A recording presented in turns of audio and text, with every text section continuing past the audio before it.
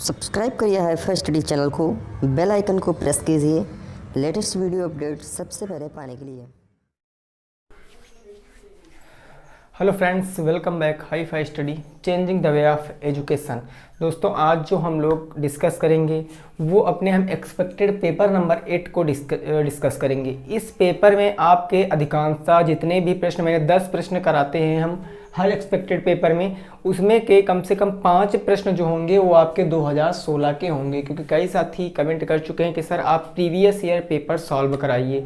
तो अगर आप डेली क्लास अटेंड करते हो तो आपको इतना ज़रूर पता होगा कि प्रीवियस ईयर और पूरा ऐसी कोई बुक नहीं है जिसमें मैंने क्वेश्चन ना कराया हो। सभी पेपर सॉल्व हो चुके हैं, लेकिन उस पेपर को मैंने एक समय पर नहीं सॉल्व कराया है। प्रत्येक एक्सपेक्टेड पेपर में मैंने एक एक दो क्वेश्चनों को इंक्लूड किया है, ठीक है ना। बाकी क्वेश्चन ये अपने पास के हैं, तो आपको समझ में ज़रूर आएगा। ये मत समझना कि सर क्या आप प्रीवियस ईयर पेपर नहीं सॉल्व कराओगे, ज़रूर सॉल्व कराएंगे दोस्तों, लेकिन आप खुद से भी समझो। अगर आप क्लास डेली अटेंड करते हो तो आप पेपर सॉल्व करो। अगर आपका क्वेश्चन नहीं लग पा रहा है तो कमेंट बॉक्स में पूछ सकते हो, उसका आंसर आपको ज़रूर से ज़रूर देने की कोशिश की जाएगी। तो चलिए शुरुआत करते हैं आज के अपने प्रश्नों की। लेकिन उससे पहले जितने भी साथी हैं एक बार वीडियो को जल्दी से शेयर कर देंगे। आप लोग भाई शेयर नहीं करते हुए वीडियो को, क्योंकि इस टाइम बहुत कम ही लोग वीडियो को देखते हैं, ठीक है ना। तो चलिए फिर शुरुआत करते हैं पहले क्वेश्चन से। पहला क्वेश्चन हमारा लिखा है 3x² + 10x - 8। ये क्वेश्चन आपका BTC 2016 का पूछा हुआ क्वेश्चन है। बिल्कुल सेम ऐसे मैंने अब कितने क्वेश्चन आपको कराए हैं, ठीक है ना। तो देखिए पैटर्न पूरा एक ही रहता है। यूनिट चेंज होने से कोई मतलब थोड़ी नहीं, कंसेप्ट तो भाई एक ही सीखना है। जरूरी थोड़ी नहीं कि यहाँ पर जो क्वेश्चन है यही क्वेश्चन पेपर में आए। यूनिट चेंज हो सकता है, यहाँ 8 हो सकता है, 9 कुछ भी हो सकता है, लेकिन कंसेप्ट हमारा एक ही रहेगा, ठीक। तो चलिए इस क्वेश्चन को जल्दी से बताइए सभी साथी, इसका आंसर क्या आएगा। इस क्वेश्चन का आंसर क्या आएगा। देखिए, अगर अभी तक आपने इन क्वेश्चनों को लगाना नहीं सीखा है तो सीखो। एक क्वेश्चन जरूर पेपर में आएगा, इसको कोई रोकने वाला नहीं है। ऐसा एक क्वेश्चन पेपर में जरूर का जरूर आएगा। तो इसमें हम लोग क्या करते हैं, इसकी तुलना करते हैं किससे, ax² प्लस के bx प्लस के c से, इससे तुलना करते हैं। जहाँ पर जो ये a और b c होता है, a b और c, ये आपके क्या होते हैं, पूर्णांक होते हैं। ये आपके इंटीजर्स होते हैं, पूर्णांक होते हैं, ठीक है ना। अब पूर्णांक प्लस भी हो सकता है, माइनस भी हो सकता है। ये आपको मैंने नंबर सिस्टम वाली क्लास में पढ़ाया था। तो हमेशा यहाँ पर देखेंगे a बराबर कितना है। देखो a, अगर आप इससे आप तुलना करो तो a के स्थान पर कितना है, 3 है, b के स्थान पर कितना है, 10 है, और c के स्थान पर कितना है, 8 है। तो ये चीज़ आप लोग खुद से, ये बार बार लिखने की ज़रूरत नहीं है, केवल समझाने के लिए मैं आपको यहाँ पर लिख रहा हूँ बस। अगर मैं आपसे पूछूँ भाई कि यहाँ पर a बराबर कितना है, तो आप तुरंत लिखोगे a बराबर 3, b बराबर है 10 और c बराबर कितना है, -8। इतना करने के बाद अब होता क्या है, अब a और c का मल्टीप्लाई कराते हैं। a और c का मल्टीप्लाई कराएंगे। c है -8, a है 3, 8 त्रिक 24, माइनस के 24 आ जाएगा। यानी 8 का अगर 3 से गुणा कराओगे तो -24 आएगा। 8 त्रिक 24, -24, 24 के 2 ऐसे। अब यहाँ पर जो नंबर आएगा ना, a और c का मल्टीप्लाई करा के जो नंबर आएगा उसके 2 ऐसे फैक्टर करेंगे कि जोड़ने या घटाने पर b वाली नंबर हमको प्राप्त होना चाहिए, जो b के स्थान पर संख्या होगी। यहाँ b के स्थान पर 10 था, तो इसके 2 ऐसे फैक्टर करो कि 10 आना चाहिए। तो इसके देखो यहाँ पर क्या आ गया भाई, 24 आ गया। अब इसके जब हम फैक्टर करेंगे तो इसके फैक्टर कौन कौन से हो सकते हैं। एक तो हो सकता है 12 दूना 24, ठीक है ना। एक हो सकता है 6 चौके 24, एक हो सकता है 8 त्रिक 24। ऐसे करके कई फैक्टर इसके हो सकते हैं। तो हमको यहाँ पर b वाला अंक लाना है। तो अगर b वाला अंक कैसे लाएंगे, 12 में से 2 घटा देंगे तो 10 बच जाएगा। बच जाएगा कि नहीं बच जाएगा, और हमको 10 ही यहाँ पर लाना है। 10 ही यहाँ पर लाना है। या आप यह भी लगा सकते हो, अगर 2, 6 और 4 को जोड़ दोगे तब भी 10 आ जाएगा। तो ये तो नहीं लगेगा क्योंकि यहाँ पर 11 आ रहा है, तो ये डेफिनेटली नहीं लगेगा, लेकिन इनमें से कोई एक आप लगा सकते हो। तो हम लोग यहाँ पर 12 और 2 को रख कर देखेंगे। तो ये हमारा हो जाएगा भाई 3x² प्लस के 10x को क्या कहेंगे, 12x माइनस के 2x और माइनस के 8, यही तो। अब दो दो के पेयर बना के कॉमन ले लेंगे। इधर कॉमन क्या मिल रहा है, 3x कॉमन मिल रहा है, तो ये क्या बच जाएगा, x बच जाएगा, प्लस के 4 बच जाएगा। इधर कॉमन माइनस के 2 मिल रहा, जब माइनस का कॉमन लेंगे तो ब्रैकेट के अंदर का कुछ चिन्ह बदल जाएगा, x प्लस के 2 चौके 8, x प्लस 4 दोनों में कॉमन, तो इसको एक बार लिख लेंगे। नेक्स्ट ब्रैकेट में बचा क्या, 3x माइनस के 2, तो यही हमारा आंसर आ जाएगा, यही आंसर आ जाएगा, ठीक है ना। तो उम्मीद करते हैं ये क्वेश्चन अब आज से आप लोग एकदम अच्छे से कर लोगे और ऐसा एक क्वेश्चन पेपर में जरूर आएगा। जल्दी से नोट कर लीजिए। नेक्स्ट अगले क्वेश्चन पे पहुंचते हैं, क्वेश्चन नंबर 2 पर, ठीक है ना भाई। क्वेश्चन नंबर 2 पर पहुंचेंगे, वो भी आपका अलजेब्रा का ही प्रश्न है, 2016 का पूछा हुआ वो भी प्रश्न है। तो देखते हैं हम लोग क्वेश्चन नंबर 2। देखिए ऐसा क्वेश्चन पिछली बार सेकेंड सेमेस्टर में भी आया था, जो कि आपके सिलेबस में भी नहीं था। ये पूरा आपके सिलेबस में नहीं था सेकंड सेमेस्टर में, लेकिन ये आया था, जरूर आया था, और इस बार भी जरूर से जरूर आएगा, ठीक है ना।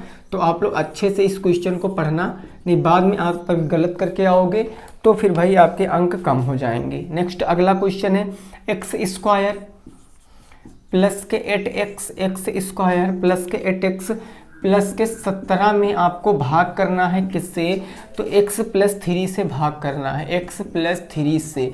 चलो बताओ इस क्वेश्चन का आंसर क्या हो जाएगा, इस क्वेश्चन का आंसर क्या हो जाएगा, जल्दी से आपको बताना है, जल्दी से आपको बताना है इस क्वेश्चन का आंसर।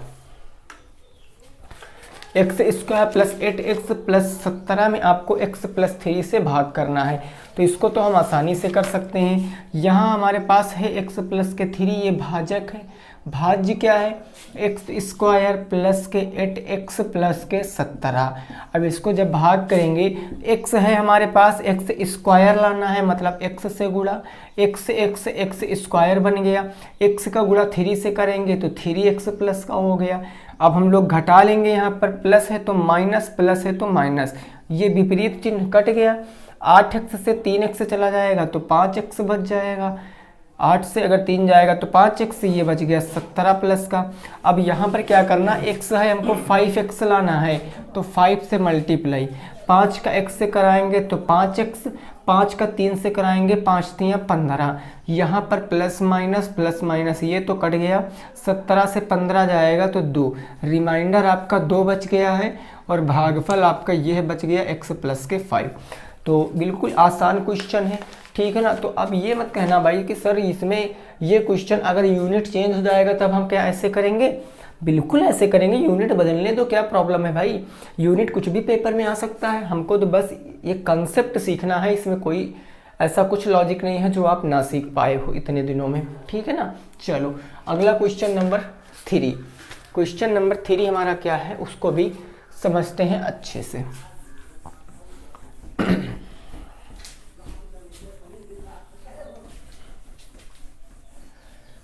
अगला क्वेश्चन 3 नंबर, देखो क्या कहे क्वेश्चन उसको समझते हैं। एक ईंट की लंबाई, यह भी 2016 में पूछा गया क्वेश्चन है, ठीक है ना भाई। एक ईंट की लंबाई आपको दिया गया है, एक ईंट की लेंथ, ब्रेथ और हाइट क्रमशः कितनी कितनी दी गई है, तो 25, 10 और 7.5, 25 सेंटीमीटर, 10 सेंटीमीटर और 7.5 सेंटीमीटर, 7.5 सेंटीमीटर है। आगे क्वेश्चन कह रहा है एक 5 मीटर लंबी, एक 5 मीटर लंबी, 5 मीटर लंबी, 5 मीटर लंबी, और भाई क्या है 3.5 मीटर चौड़ी, 3.5 मीटर ऊंची, या चौड़ी समझ लीजिए, ऊंची, और 33 सेंटीमीटर, 33 सेंटीमीटर मोटी, या 33 सेंटीमीटर ऊंची हो गई भैया, चौड़ी समझ लीजिए, मोटी। देखिए कोई चीज़ जो चौड़ी होती है वही इसकी मोटाई भी होती है, तो कहीं कहीं लैंग्वेज में मोटाई लिखा होगा तो दिक्कत मत लेना। 33 सेंटीमीटर चौड़ी। दीवार बनाने में कितने ईंटों की आवश्यकता होगी, दीवार बनाने में कितने ईंटों की आवश्यकता होगी, बनाने में कितने ईंटों की आवश्यकता होगी, कितने ईंटों की आवश्यकता होगी, ईंटों की आवश्यकता होगी। ये क्वेश्चन आपका 2016 में पूछा भी गया था। BTC 2016 में पूछा भी गया था। और ये क्वेश्चन इससे पहले मैंने कम से कम 2 या 3 बार कराया है, कम से कम मैंने 2 या 3 बार इससे पहले क्वेश्चन को कराया है, ठीक है ना। तो आप लोग अच्छे से बताइए इसका आंसर क्या हो जाएगा। एक ईंट है जिसकी लंबाई, चौड़ाई और ऊंचाई 25 सेंटीमीटर, 10 सेंटीमीटर और 7.5 सेंटीमीटर है। एक 5 मीटर लंबी, 3.5 मीटर ऊंची और 33 सेंटीमीटर चौड़ी दीवार बनाने में कितने ईंटों की आवश्यकता होगी। एक बात बताओ जरा भाई, जो ईंट होती है वो कैसी होती है? तो ईंट जो होती है वो घनाभाकार होती है, यानी घनाभ के आकार की होती है, यही तो होती है ना। तो अगर मैं घनाभ का आयतन निकालूं, आयतन मतलब कितना जगह घेरती है, तो अगर मैं ईंट का आयतन निकालूं और ईंट का आयतन निकालने के बाद अगर मैं दीवार का आयतन निकालूं, दोनों आयतन पता चल जाएंगे, तो हम दीवार के आयतन को ईंट के आयतन से डिवाइड कर देंगे, तो वहां पर ईंटों की संख्या हमको आसानी से पता चल जाएगी, ठीक है ना। तो अगर मैं यहां से दोस्तों ईंट का आयतन निकालूं, ईंट का आयतन, तो ईंट का आयतन क्या होगा, जल्दी से आप लोग बताइए ईंट का आयतन क्या होगा।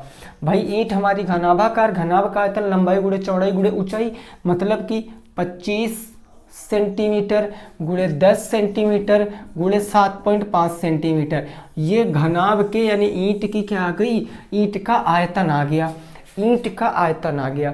ऐसे करके हम दीवार का आयतन निकालेंगे, क्या हो जाएगा, दीवार का आयतन। लेकिन दीवार के आयतन निकालने से पहले एक चीज हमको सीखना है, यहाँ पर जो ईंट का आयतन है वो सेंटीमीटर में है। देखो भाई सभी चीजें सेंटीमीटर में दी गई ना, लेकिन जो दीवार है वो मीटर में दी गई, सेंटीमीटर दोनों में दी गई।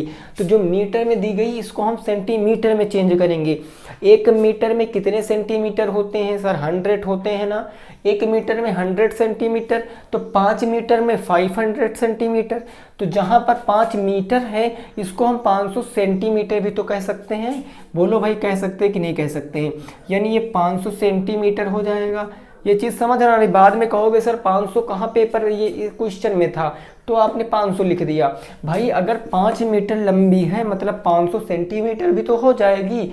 ये 3.5 मीटर चौड़ी है यानी कि 350 सेंटीमीटर हो जाएगी। और ये 33 सेंटीमीटर ऑलरेडी पहले से ही दे रखा है, तो 33 सेंटीमीटर हमने पहले से ही लिख दिया। अब ये हमारा पता चल गया ईंट का आयतन और ये दीवार का आयतन। अब इनको मल्टीप्लाई नहीं कराएंगे, इसकी कोई ज़रूरत नहीं, पहले गुणा कराए उसके बाद इसका गुणा कराए फिर भाग करें, ऐसा कुछ हम करने वाले नहीं, हम सीधे काट देंगे। अगर मैं ईंटों की संख्या बताऊं तो इससे पहले मैंने फार्मूला भी बताया था कि अगर ईंटों की संख्या पूछेगा तो क्या करेंगे, ये जो दीवार का आयतन है यानी कि ये जो 500 गुणे 350 गुणे 33, दीवार के आयतन को भाग कर देंगे ईंट के आयतन से। ईंट का आयतन है 25 गुणे का 10 गुणे 7.5। अब इसको सॉल्व करेंगे, देखो कैसे भाई, ये दशमलव हटा, यहाँ पर 0 बढ़ गया। ये अब क्या करेंगे भाई, 0 से ये 0 कैंसिल हो गया, ऊपर 33 बचा, नीचे 25 और 75 बचा। 25 से काटेंगे, 25 दूना 50, ये 20 हो गया। यहाँ पर इसको काटेंगे तो 5 सत्ते या 725, हाँ 5 सत्ते हो गया 35, 5 सत्ते 35 70 और 5 एक कम 5, 2 बचा, 5 पंजे 25, ये 15 हो गया। अब इसको भी काटेंगे तो कितनी बार जाएगा, 5 तियां 15 हो गया और ये आपका हो गया 5 चौके 20, 5 चौके कितना हो गया भाई 20 हो गया। अब यहाँ पर 3 बचा, यहाँ पर 70 है, यहाँ पर 4 है, 3 से काटेंगे तो 11 बार में ये 11 हो गया।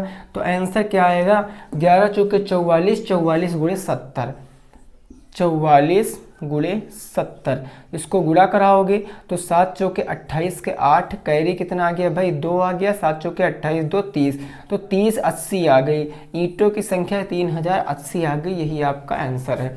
ईंटों की संख्या कितनी आ गई, 3080 आ गई, यही आपके क्वेश्चन का आंसर है, ठीक है ना। बस एक चीज़ याद रखना, जब कभी ऐसा क्वेश्चन आएगा तो ये याद रखना, बड़े वाले को भाई दीवार बड़ी होगी, लॉजिकली चीज़ें समझो, दीवार बड़ी होगी तो दीवार के आयतन को हमको ईंट के आयतन से यानी छोटे वाले आयतन से डिवाइड करना है, जो आएगा वो हमको ईंटों की संख्या बता देगा, ठीक है।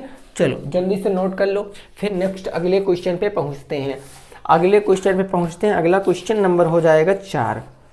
क्वेश्चन नंबर 4, यहाँ तक की बात में किसी को कोई प्रॉब्लम नहीं है ना भाई? आप लोग वीडियो को शेयर कर दें एक बार जल्दी से, सभी साथियों तक पहुँचा दें वीडियो को, ठीक है ना भाई? नहीं सभी लोग तो आज होली की छुट्टी ही मना रहे होंगे, और जितने भी साथी देख रहे हैं भाई, सभी लोग जितने भी हैं साथी, उनके परिवार वालों को हाई फाई स्टडी परिवार की तरफ से होली की हार्दिक शुभकामनाएं, ठीक है ना भाई? होली को अच्छे से सेलिब्रेट करना, कोरोना भी चल रहा है तो ज़्यादा किसी के रंग वंग नहीं लगाना है। चलिए क्वेश्चन नंबर हमारा हो जाएगा 4। प्रश्न संख्या 4 क्या कह रही है? 5 घंटे पूरे दिन का, 5 घंटे का पूरे दिन से अनुपात बताओ, पूरे दिन से अनुपात बताओ, अनुपात बताओ, ये क्वेश्चन बताओ भाई। 5 घंटे का पूरे दिन से अनुपात बताओ, ये बिल्कुल इजी क्वेश्चन है, इसमें कोई दम नहीं है, हलवा क्वेश्चन है, बिल्कुल हलवा। और ये क्वेश्चन आपका 2017 का है, ये भाई 2017 का क्वेश्चन है, बीटीसी 2017 का, ठीक है ना? सोच लो ऐसे क्वेश्चन प्रीवियस ईयर में आए हैं, और इससे कितना टफ आप लोग पढ़ चुके हो वो सभी को पता है। तो ऐसा कोई क्वेश्चन नहीं पेपर में आएगा जो नहीं कर सकते हो भाई। बस विश्वास रखना इस परिवार के ऊपर, इस परिवार को बनाए रखना, आप लोग अच्छे से वीडियो को डेली का डेली शेयर करना, लाइक करना, और क्लास कभी भी मिस ना करना, ठीक है? देखो पूरे दिन में, अब यहाँ पर दोस्तों घंटे की बात की गई है, तो हम क्या एक दिन का निकालेंगे 5 घंटे से? नहीं, घंटे का घंटे से निकालेंगे, क्योंकि रेशियो क्या होता है, अनुपात क्या होता है, अनुपात में यूनिट क्या होती है भाई? यूनिट सेम होती है, यूनिट सेम। मैंने बताया था कि अगर सेंटीमीटर है, इसका रेशियो हम किलोमीटर में नहीं बता सकते हैं, सेंटीमीटर का रेशियो हम सेंटीमीटर से ही बताएंगे। जैसे हम लोग कह लें कि यहाँ पर पेन है, तो पेन का रेशियो हम लोग पेन से ही बताएंगे, पेन का रेशियो हम लोग बैग से नहीं बता सकते हैं। तो ये चीज़ याद रखना, यूनिट सेम होगा। तो यूनिट सेम होने के लिए क्या करेंगे भाई? यूनिट सेम होने के लिए हम लोग एक दिन में कितने घंटे होते हैं वो पता करेंगे, ठीक है ना? 5 घंटे का पूरे दिन से अनुपात बताओ, पूरे दिन से अनुपात बताना है, तो पूरे दिन से अनुपात है, याद रखना जहां पर का आ जाएगा, का, ये का हमेशा नीचे होगा, ये का हमेशा नीचे होगा, मतलब ये बाद में लिखा जाएगा। जैसे 2/5 लिखा है, 2/5, तो मैं कह लूँ कि 5 का कितना है? 2 है, यही तो 5 का कितना है? 2 है, तो जिसका का लिखा मिल जाएगा वो हमेशा नीचे रहेगा, यानी 5 घंटे का, ये 5 घंटे नीचे आएगा। अगर आप 24 घंटे नीचे लिख दोगे तो गड़बड़ हो जाएगी, तो आप याद रखना, ठीक है ना? 24 पहले लिखा जाएगा, यानी 24 घंटे अनुपाते 5 घंटे, ये आपका आंसर आएगा 5 और 24। इसमें कुछ काटने पीटने की बात नहीं थी। यहाँ पर दिक्कत आपका क्या होता वो चीज़ आप समझिए। यहाँ अगर आप 24 बाद में लिख देते और 5 पहले लिख देते तब गलत हो जाता। जो का जिसके साथ का रहेगा ना वो हमेशा नीचे रहेगा। अगर आप इसको लिखते तो 24/5 लिखते कि नहीं लिखते, तो का 5 का 24, 5 का 24, ये ऐसे हो जाता। अगर आप 24 नीचे लिख देते तो भाई गड़बड़ हो जाता। लैंग्वेज जो कहेगी वही आपको करना है, अपना कुछ दिमाग नहीं खर्च करना, नहीं गलत हो जाएगा, ठीक है ना? जैसे कल की वीडियो में कुछ लोग आंसर 11 दे रहे थे जबकि आंसर -11 आ रहा था, तो उन्हीं का गलत हो जाता है। अगर चिन्ह का नहीं ख्याल रखोगे ना तो पूरा क्वेश्चन आप सही सही लगाए हो, वहाँ लिखना आपको -11 था, आपने 11 लिख कर चले आए, बस कट गए नंबर। तो ये चीज़ ज़रूर दिमाग में याद रखना, ठीक है भाई? चलिए अगले क्वेश्चन पे पहुँचते हैं, क्वेश्चन नंबर 5 पर, प्रश्न संख्या 5 पर पहुँचते हैं। क्या है उसको भी समझते हैं।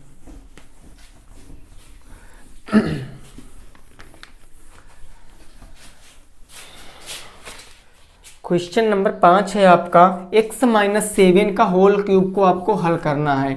x-7 का होल क्यूब को हल करो।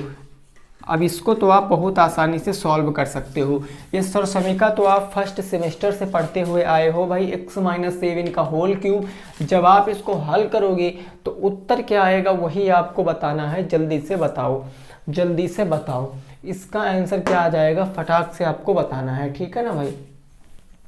चलिए देखिए, हमने बताया था कि जब दो पद होंगे, जब ब्रैकेट में दो पद होंगे, उनका दोनों का आपस में घटाव हो रहा होगा और उनकी पावर 3 होगी, तो कौन सी सर्वसंख्या लगाएंगे। यहाँ पर अगर मैं बात करूँ सर्वसंख्या कौन सी लगेगी, तो सर्वसंख्या लगेगी a माइनस बी का होल क्यूब।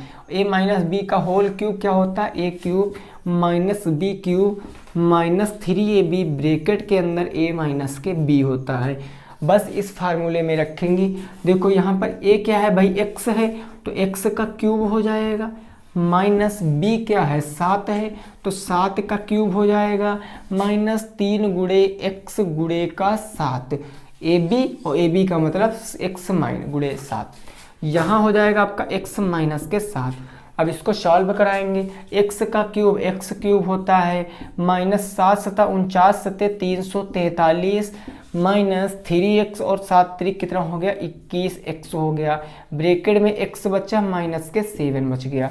अब इसको सॉल्व करेंगे तो यहाँ क्या आ जाएगा भाई, x क्यूब आ जाएगा, माइनस के 3 4 3 आ जाएगा, माइनस 21x स्क्वायर आ जाएगा, और ये माइनस का 21, माइनस माइनस प्लस 7 कम हो गया आपका 7, 7 दूनी हो गया 14, 147x हो गया।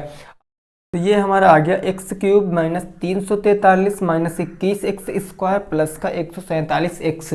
अब इतना करने के बाद आपको एक छोटा सा काम करना है, आंसर तो आपका आ चुका है, लेकिन छोटा सा काम क्या करना है, घातों को घटते हुए क्रम में लिख देना। सबसे पहली घात x क्यूब पावर 3 है, तो इसको पहले लिख लेंगे, उसके बाद x स्क्वायर यानी 21x स्क्वायर, उसके बाद x वाली आएगी प्लस के 147x, उसके बाद ये माइनस का 343 अचर पर सबसे लास्ट में।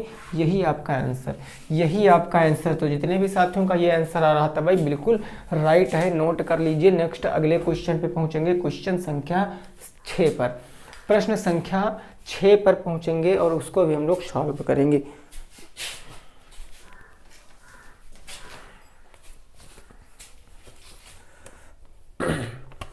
जल्दी से भाई नोट कर लीजिए, कोई दम नहीं था प्रश्न में। देखिए जब आपके सामने पेपर आएगा, तो जब आप अपने प्रीवियस ईयर पेपर को सॉल्व करने बैठोगे जब कभी भी, तब आपको लगेगा हाँ सब कुछ हम पढ़ चुके हैं। भाई ऐसा कुछ नहीं है जो हम नहीं पढ़े हैं, सब प्रश्न आपसे बनेंगे। ऐसा कोई प्रश्न नहीं होगा आपके बुक का जो आपको ना बनाया जा सके आपसे, ठीक है ना। क्वेश्चन संख्या 6, ये प्रश्न कह रहा है भाई कि यदि 2x प्लस 2y, यदि 3x plus 2y, 3x plus के 2y बराबर के आपका है 20 तथा xy बराबर 14/9, xy बराबर 14/9, तो प्रश्न है आपसे तो 27x क्यूब प्लस के 8y क्यूब का मान आपको बताना है। 27x क्यूब प्लस के 8y क्यूब का मान आपको बताना है। इसका आंसर क्या आ जाएगा, जल्दी से आप लोग बताइए, जल्दी से आप लोग बताइए इसका आंसर क्या हो जाएगा, ठीक है ना भाई।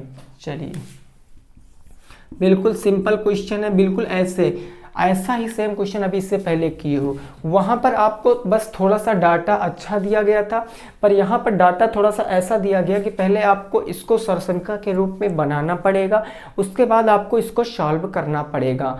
तो वो बस छोटा सा काम आप समझ जाइए क्या हो जाएगा, जल्दी से बताइए।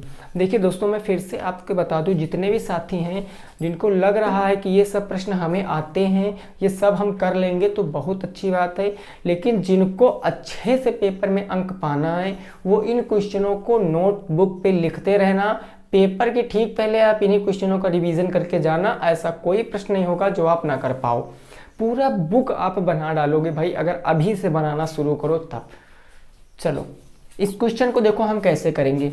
हमको देखो 3x प्लस 2y का मान दिया गया है, हमसे मान पूछे भाई 27x cube plus 8y cube. तो क्या सर मैं जो ये लिखा है इसको मैं ये कह सकता हूँ 3x माइनस के 2y का होल क्यूब।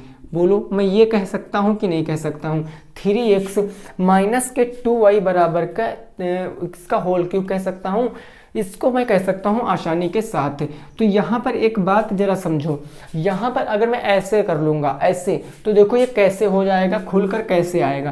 यानी सबसे पहले ए क्यूब होता है 3x का क्यूब हो जाएगा, फिर होता है माइनस के बी क्यूब मतलब कि 2y क्यूब हो जाएगा, A cube minus B cube minus के 3ab यानी 3 गुणे ए बी का मतलब कितना हो जाएगा, यहाँ पर रखेंगे एक्स वाई का मतलब 14/9। ऐसे करके रखेंगे तो आप एक चीज़ देखोगे कि यहाँ पर माइनस आ रहा, जबकि हमको प्लस में मान दिया है, माइनस आ रहा प्लस में मान दिया है, तो हम यहाँ से क्या लगाएंगे, तो यहाँ से आप एक फार्मूला छोटा सा याद कर लेना, बाकी आपको ज़्यादा इस क्वेश्चन में छेड़छाड़ करने की ज़रूरत नहीं है। छोटा सा फार्मूला कौन सा याद करना है तो वो समझो, छोटा सा फार्मूला कौन सा याद करना है वो समझो, ठीक है ना भाई। ऐसे जब कभी डाटा आ जाएगा तो एक फार्मूला आपको याद रखना है, ए क्यूब प्लस के बी क्यूब, ए क्यूब प्लस के बी क्यूब या ए क्यूब माइनस के बी क्यूब बराबर क्या होगा, वो होगा ए प्लस बी का होल क्यूब माइनस का 3ab और ब्रैकेट के अंदर ए प्लस का बी, ब्रैकेट के अंदर ए प्लस का बी, यही आपका फार्मूला होगा, यहाँ पर प्लस हो जाएगा। बस इस फार्मूले में आप पूरा अपना जितना वैल्यू दी गई उस वैल्यूओं को रख दो, आंसर आपका आ जाएगा, आंसर आपका आ जाएगा। देखो भाई यहाँ पर ए और बी कितना है, 3x 2y है, यहाँ पर क्या हो गया 3x का क्यूब प्लस 2y का क्यूब हो गया, इसके अकॉर्डिंग इस फार्मूले के अकॉर्डिंग।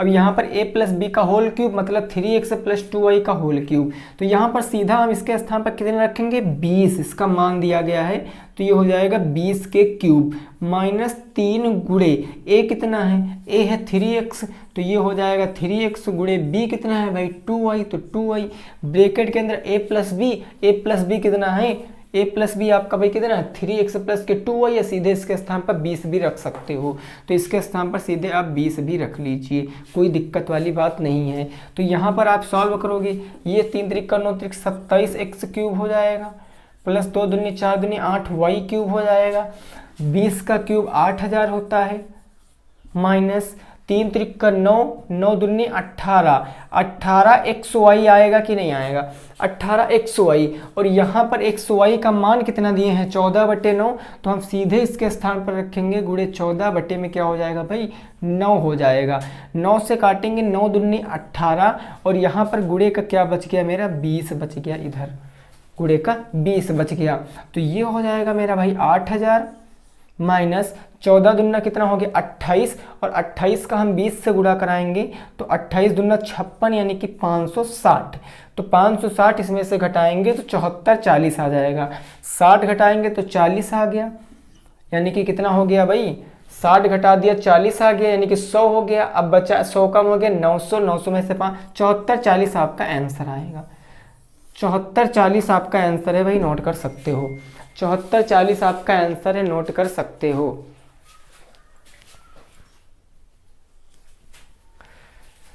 8000 में से अगर आप 560 घटाओगे तो 7440 आपका बिल्कुल राइट आंसर होगा, उसमें कोई दिक्कत नहीं है, ठीक है ना भाई।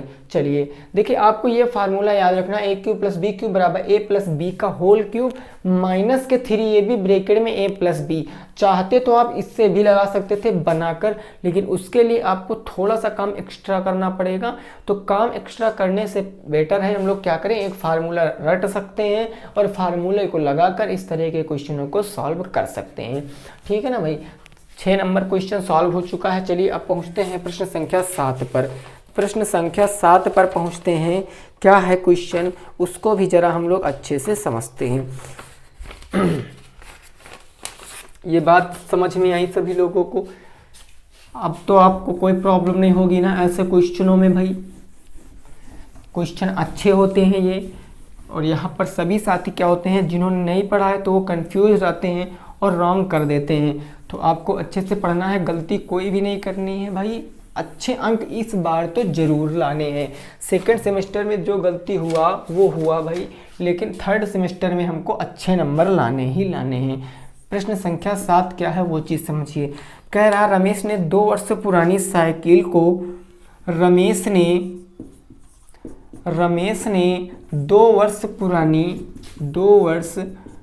पुरानी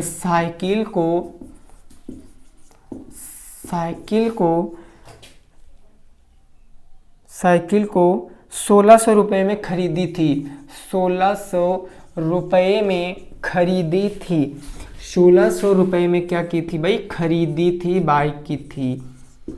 फिर क्या हुआ, मोहन ने 1296 रुपये में खरीद लिया, मोहन ने 1296 रुपये में खरीद लिया, 1296 में खरीद लिया।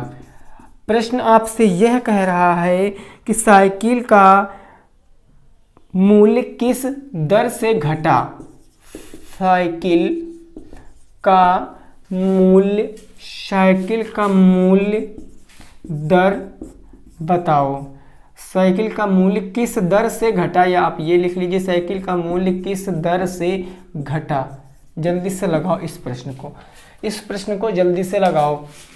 ऐसा क्वेश्चन मैंने कल आपको कराया था। एक 2 साल पुरानी साइकिल जो रमेश के पास थी, जो उसने 1600 रुपये में खरीदी थी, मोहन ने 1296 में खरीद लिया। रेट पर बताना किस रेट पर घटा, जल्दी से इसको बताओ, जल्दी से भाई साहब बताओ इसको। देखो यहाँ पर बात समझो, मोहन ने बाद में खरीदा ना, तो ये बाद का मूल्य हुआ, और पहले का मूल्य कितना है, 1600 रुपये। तो पहले का मूल्य मतलब प्रिंसिपल कितना है, 1600 है। तो P बराबर हमारा कितना आ जाए, 1600। A बराबर कितना है भाई, 1296। रेट हमको बताना है। टाइम हमारे पास कितना है भाई, तो टाइम है 2 वर्ष, ये टाइम हो गया 2 वर्ष। फार्मूला कौन सा लगाएंगे सर, करेंगे भाई, सब कुछ मैंने लिख लिया है। अब हमको करना क्या, केवल फार्मूला लगाना है। तो फार्मूला कौन सा लगाएंगे, A बराबर P 1 + R/100 की पावर कितना, तो टाइम कितना है 2 वर्ष, या N यहाँ पर सीधे लिख ले। पहले तो हम एक बार फार्मूला लिख लेते हैं। तो A कितना है मेरा 1296। अब देखो एक काम छोटा सा आप कर लेंगे थोड़ा, या आप थोड़ा सा आप लॉजिकली चीज़ समझ सकते हो कि 1296 अमाउंट है, ये अमाउंट प्रिंसिपल 1600, तो 1600 मेरा गुणे में है, तो इधर लाओगे बटे में, तो सीधे आप यहाँ पर बटे में 1600 लिख सकते हो। इधर आपका क्या बचेगा, 1 + रेट/100 की पावर कितनी, टाइम है आपका 2 वर्ष, तो 2 बच जाएगा। अब क्या करोगे, इसको आप छोड़ो, यहाँ पर तोड़ो। कैसे तोड़ोगे, आपको ये पावरें बराबर करनी है। आप कुछ ऐसा लॉजिक यहाँ पर खेलो कि ये पावरें बराबर हो जाए, पावर से पावर कट जाएगी, तो बेस भी बराबर हो जाएंगे। और हमें आर की वैल्यू बताना, हम आर की वैल्यू आसानी से बता सकते हैं। तो 1296 और 1600 को डिवाइड करोगे, तो ये हम किससे काट दे भाई, 4 से काट सकते हैं। 4 चौके 16, ये हो गया 400। 4 से काटेंगे, 4 × 12, 4 दूनी हो गया 8, 4 चौके 16। फिर इसको काटेंगे किससे, 4 से काट सकते हैं। 4 से काटेंगे तो 100 चौके 400 हो गया। यहाँ 4 × 8 = 32, 4 × 1 = 4, 81/100 हो गया। यानी कि इधर आ गया दोस्तों आपका कितना, 81/100 बराबर क्या बच गया आपका, 1 + के रेट/100 की पावर कितनी, तो वो 2 बच गई। अब हम पावर 2 में इसको तोड़ सकते हैं, क्योंकि 81 और 100 का वर्गमूल 9/10 हो जाएगा। यानी ये हो जाएगा 9/10 की पावर कितनी, 2 बराबर की 1 + रेट/100 की पावर कितनी हो जाएगी, 2 हो जाएगी। पावर से पावर कैंसिल, ये एक प्लस में इधर आएगा माइनस में, यानी 9/10 माइनस का 1 बराबर के R/100। 10 × 1 = 10, 10 में से 9 जाएगा तो 1/10, यानी ये बच गया 1/10 बराबर के R/100। 10 से काटेंगे तो 10 बार में, यानी रेट बराबर कितना आ जाएगा, 10% आ जाएगा आपका आंसर। 10% आपका आंसर आ जाएगा। कोई दिक्कत की बात नहीं थी, आपको आसानी से समझ में आया होगा। समझना आपको यहाँ पर एक छोटी सी चीज़ ये पड़ती है कि 1296 कौन सा मूल्य है, 1600 कौन सा मूल्य है। अगर ये चीज़ आप गड़बड़ कर दिए तो आंसर फिर गलत हो जाएगा, उसमें कोई दो राय नहीं है। कई बार क्वेश्चन हमसे भी गलत हो जाता है अगर ऐसे करके आप नहीं समझ कर लगाओगे। भाई सीधे समझो, जो बाद में धन मिलता है वो अमाउंट होता है, जो प्रेजेंट का होता है वो हमारा प्रिंसिपल होता है।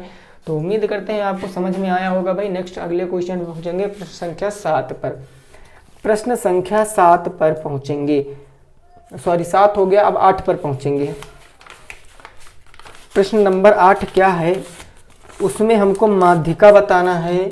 सारणी आपको दी गई है, माध्यिका आपको बताना है और आंसर कमेंट बॉक्स में जल्दी से बताना है। प्रश्न संख्या 8 नंबर प्रश्न।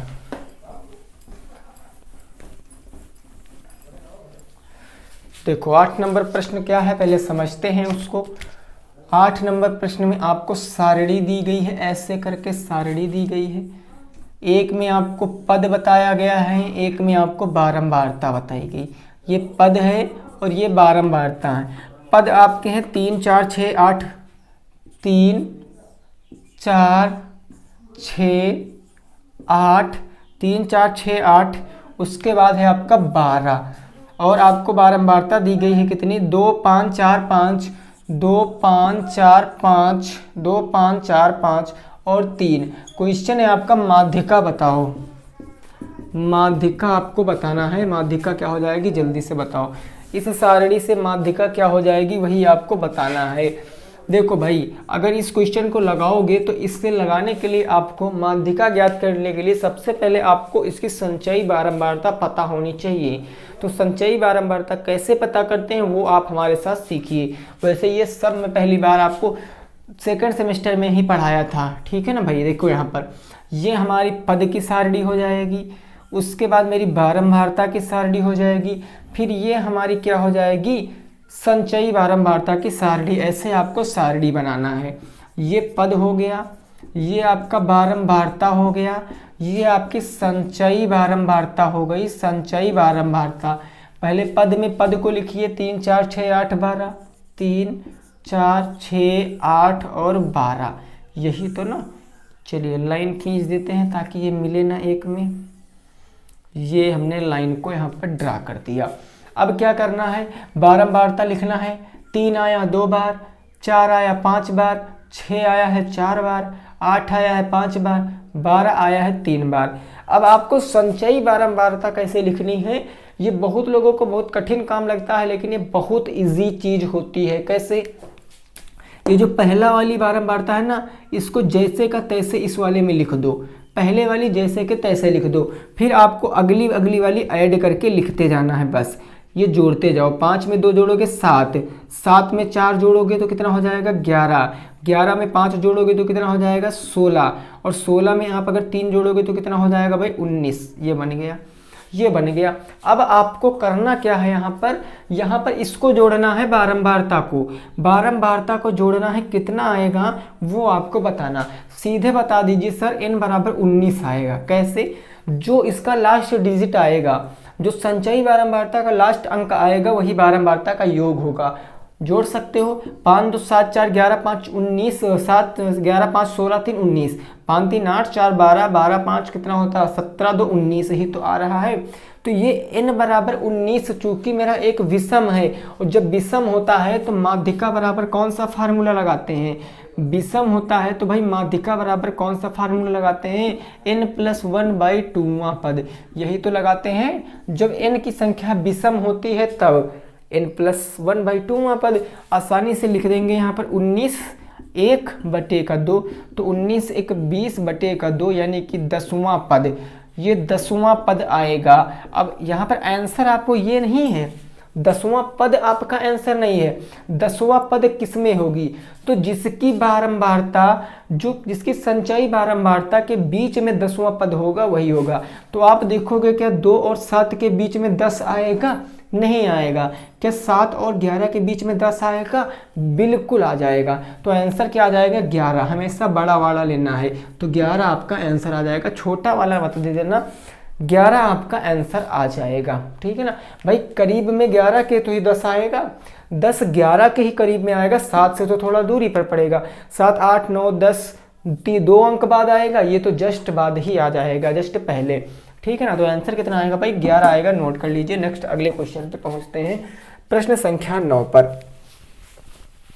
प्रश्न संख्या 9 पर पहुंचते हैं, क्या है उसको भी समझते हैं। प्रश्न संख्या 9, यहां तक किसी को कोई प्रॉब्लम नहीं है ना, चलिए वेरी गुड। अगला जो प्रश्न होगा वो प्रश्न संख्या हमारी हो जाएगी 9। 9 में आपको बस थोड़ा सा लॉजिक समझना है, बाकी क्वेश्चन में कोई दम नहीं दोस्तों। 9 नंबर क्वेश्चन ये समझ लीजिए आपने अभी तक जितना कुछ पढ़ा है सर्किल में और स्क्वायर में, उसी का एक बिल्कुल लल्लू टाइप का प्रश्न होगा ये, और आपको जल्दी से लगाना है, उसका जवाब कमेंट बॉक्स में बताना है। प्रश्न है आपका, एक वर्ग और एक वृत्त का परिमाप समान है। क्वेश्चन नंबर 9, एक वर्ग या एक वृत्त और एक वर्ग का परिमाप समान है। परिमाप क्या है? इक्वल है, समान है, परिमाप समान है। क्वेश्चन कहा गया यदि दोनों का परिमाप यदि दोनों का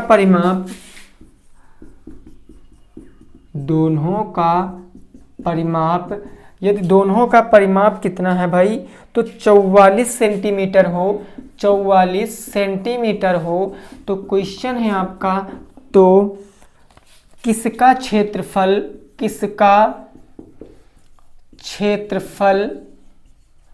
अधिक होगा और कितना अधिक होगा? किसका क्षेत्रफल अधिक होगा और कितना अधिक होगा, और कितना, ये आपको बताना है। लगाओ इस प्रश्न को जल्दी से लगाओ, आंसर बताओ क्या होगा। क्वेश्चन फिर से रिपीट किए दे रहे हैं। प्रश्न है, एक वृत्त और एक वर्ग का परिमाप जो है वो इक्वल है, आपस में समान है। यदि दोनों का परिमाप 44 सेंटीमीटर है तो किसका क्षेत्रफल अधिक होगा और कितना अधिक होगा? जल्दी से आप लोग बताइए इसका आंसर, जल्दी से बताओ भाई इसका आंसर। ये बढ़िया क्वेश्चन है, कोई दम नहीं है, लैंग्वेज का ही कमाल है, क्वेश्चन में कोई भी दम नहीं है, ठीक है ना। देखो कैसे भाई, समझते हैं। वृत्त और वर्ग का परिमाप समान है, तो हम पहले अगर वर्ग का परिमाप पूछें आपसे, वर्ग का परिमाप क्या होता है? वर्ग का परिमाप आप कहोगे सर 4 गुणे भुजा होता है, यही तो होता है वर्ग का परिमाप, 4 गुणे भुजा। तो अगर मैं वर्ग का भुजा निकाल लूँ तो वर्ग का क्षेत्रफल पता चल जाएगा। परिमाप कितना है वर्ग का? 44 है, तो ये 44 बराबर के 4 गुणे का भुजा हो जाएगा। ये हो गया 4 गुणे का भुजा। 4 गुणे में इधर आएगा बटे में, तो सीधे काटेंगे, भुजा बराबर 11 सेंटीमीटर आ जाएगी कि नहीं आ जाएगी? भुजा आ गया 11 सेंटीमीटर। यहाँ तक किसी को कोई प्रॉब्लम? अभी मैं वर्ग से ही चल रहा हूँ, अब हमको वर्ग का क्षेत्रफल पता करना है, हम वर्ग का क्षेत्रफल पता करेंगे। वर्ग का क्षेत्रफल क्या होता है भाई? भुजा स्क्वायर। भुजा कितनी है? 11, 11 का स्क्वायर करेंगे मतलब कितना आएगा? 121 सेंटीमीटर स्क्वायर आएगा। ये वर्ग का एरिया, वर्ग का एरिया 121 सेंटीमीटर स्क्वायर आएगा। ऐसे करके हम वृत्त के क्षेत्रफल से चलते हैं, या वृत्त का पहले हम परिधि ज्ञात करते हैं।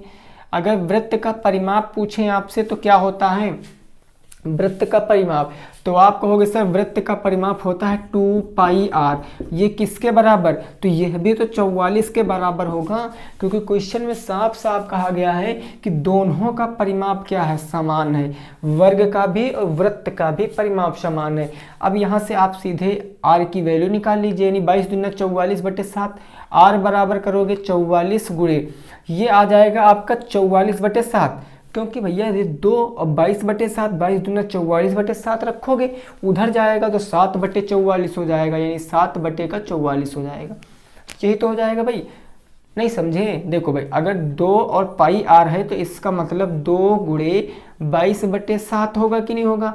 22 दूना 44/7, और 44/7 बराबर के उस तरफ जाएगी तो पलट जाएगी ना, तो वही तो काम हुआ, 7/44 हो गया है।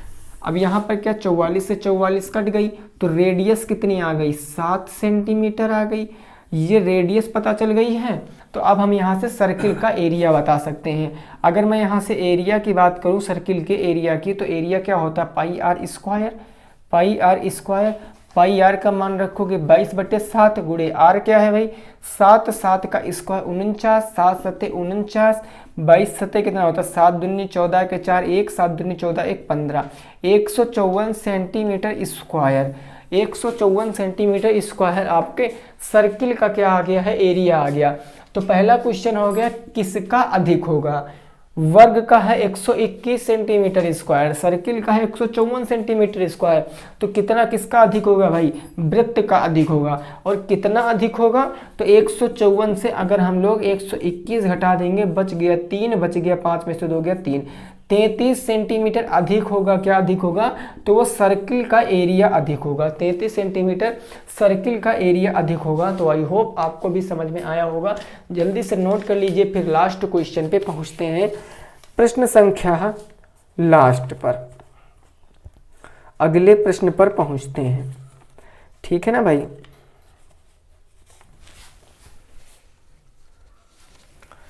चलिए लास्ट क्वेश्चन क्या है उसको भी जल्दी से समझते हैं।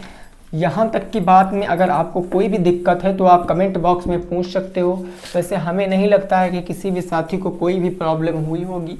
जितने भी साथी थे, अगर वीडियो पसंद आई है तो वीडियो को लाइक कर दें, शेयर कर दें भाई। और कल आपकी छुट्टी है, कल कोई क्लास व्लास नहीं आएगी।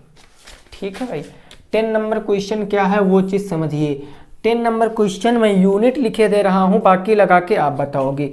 टी बराबर क्वेश्चन मार्क है, रेट बराबर 8% है, 8% वह भी वार्षिक। 8% क्या है? वार्षिक है। और उसके बाद क्या है भाई? प्रिंसिपल है आपका 2,50,000, प्रिंसिपल है 2,50,000। अमाउंट कितना है? तो अमाउंट है 2,65,302, 2,65,302। एक नोट आपको यह डालना है कि ब्याज प्रति तिमाही संयोजित होता है, प्रति तिमाही संयोजित होता है। इस क्वेश्चन को बताओ। ब्याज प्रति तिमाही संयोजित होता है। अगर लैंग्वेज में पढ़े तो क्वेश्चन ऐसे आएगा कि कितने समय में 8% वार्षिक ब्याज की दर से 2,50,000 रुपये 2,65,302 रुपये में हो जाएंगे, यदि ब्याज जो है आपका वो प्रति तिमाही संयोजित होता है।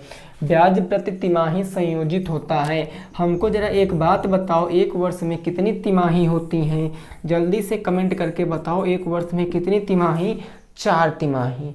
एक वर्ष में 4 तिमाही। तो रेट हमको वार्षिक दी गई है, रेट हम तिमाही में बनाएंगे, मतलब 4 से डिवाइड। तो 4 दूनी 8 यानी 2% तिमाही रेट आ जाएगी कि नहीं आ जाएगी? अब सर आंसर आ गया।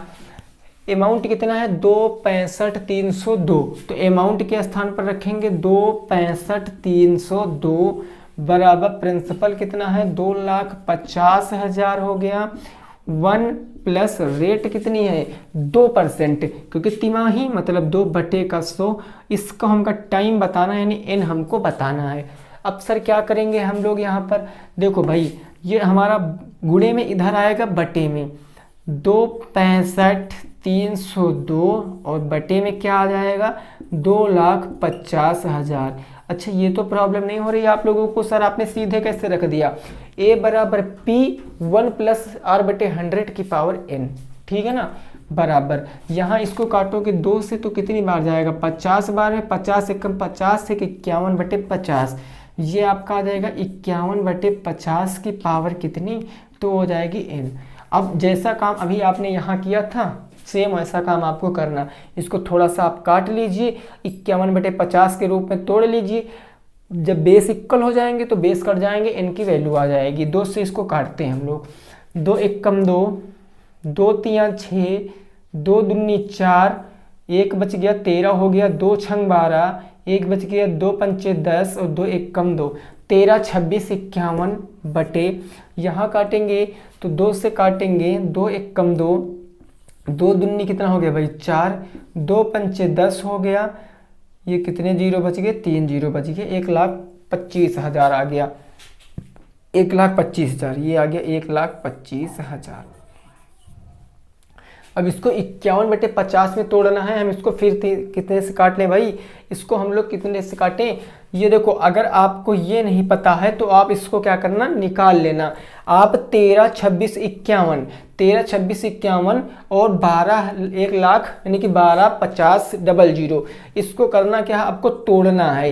इसको तोड़ना है किसके रूप में, इसको तोड़ना है आपको 51 के रूप में और इसको तोड़ना है आपको 50 के रूप में। जो भी आएगा वह 51/50 की पावर भाई बन जाएगा, जो भी नंबर आएगा।